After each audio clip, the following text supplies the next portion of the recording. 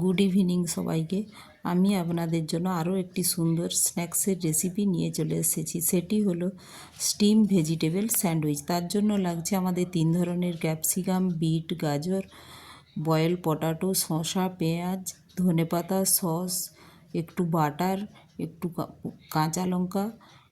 বাস, এই 3 ধরনের ভেজিটেবল, 3 ধরনের যে ক্যাপসিকাম, তার সাথে বিট, গাজর আমি একটু 5 মিনিটের জন্য কুক করে নেব, স্টিমে কুক করে নেব।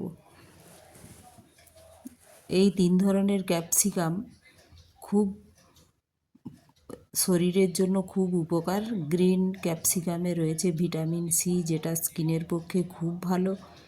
আর red bell pepper, yellow bell pepper, এগুলোতে ভিটামিন বি প্রচুর পরিমাণে আছে। 5 মিনিটের জন্য এগুলো কুক হয়ে গেল এবং আমি ওটা আলাদা পাত্রে তুলে নিলাম এবং আরেকটি পাত্রে আমি বয়েল পটাটো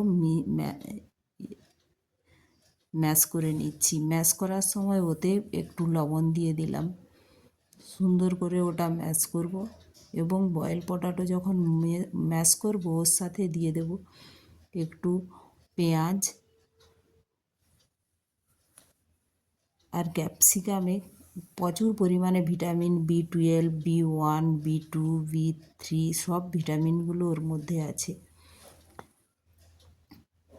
এর মধ্যে আর একটু দিয়ে দিলাম আমি ধনেপাতা, তার সাথে শসা দিয়ে এটাকে ভালো করে আবার আমি ম্যাশ করে নেব এবং তার সাথে দিয়ে দিলাম একটু ব্ল্যাক পেপার। ব্ল্যাক পেপার দেওয়ার পর ওটা ভালো করে মিক্স করে নেব এবং ওর মধ্যে আবার ওই স্টিম করা যে 3 ধরনের ক্যাপসিকাম, বিট, গাজর আছে ওগুলো দিয়ে ওটা আবার মাখিয়ে নেব। ওটা মাখানোর পর ওতে আপনারা যদি চান একটু ঝালের জন্য স্বাদ মতো একটু কাঁচা লঙ্কা দিয়ে দেবেন। ওটা আপনারা নাও দিতে পারেন, আমি একটু টেস্টের জন্য দিয়ে দিলাম। তারপর আমি একটা ব্রেড নিয়ে নিলাম, ওর মধ্যে প্রথমে লাগিয়ে নিলাম একটু টমেটো সস। সুন্দর করে টমেটো সসটা ওতে স্প্রেড করে নিলাম। টমেটো সস স্প্রেড করার পরে ওর ওপর দিয়ে দিলাম গ্রেটেড চিজ। গ্রেটেড চিজ সুন্দর করে বিছিয়ে দিলাম এবং তার উপর দিলাম এই মাখানো আমার এই পুরটা। সব সবজি দিয়ে যে পুরটা বানালাম এটা উপর থেকে ভেজিটেবল পুরটা দিয়ে দিলাম। দিয়ে এটাও আমি চামচে করে ভালো করে স্প্রেড করে দিলাম। আবার এর ওপরে আবার একটু সস দিয়ে ভালো করে এর মধ্যে স্প্রেড করে দিলাম। হালকা সস, একটা ছোট স্পুনের 1 টিস্পুন।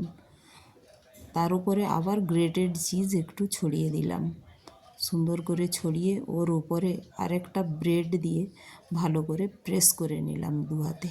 প্রেস করার পর একটি তাওয়ায় গরম করে তাতে বাটার দিয়ে ভালো করে স্প্রেড করে নিলাম এবং ওই বাটার স্প্রেডের উপরে আমি যে স্যান্ডউইচটা বানিয়েছিলাম ওটা ভালো করে ওতে কম আঁচে ওগুলো সেঁকে নেব, বাটার দিয়ে সেঁকে নেব। দেখুন বাটারটা গলে পুরো তাওয়ায় হয়ে গেছে। তারপর এটা দেখুন আমি উল্টিয়ে দিচ্ছি সুন্দর করে। আমার এক পাশটা হয়ে গিয়েছে। এবার আমি চামচ ও খুন্তির সাহায্যে আমি এগুলোকে এক এক করে উল্টে দিলাম। হালকা ব্রাউন কালার এসেছে, দেখুন এক পাশটা খুব সুন্দর দেখাচ্ছে।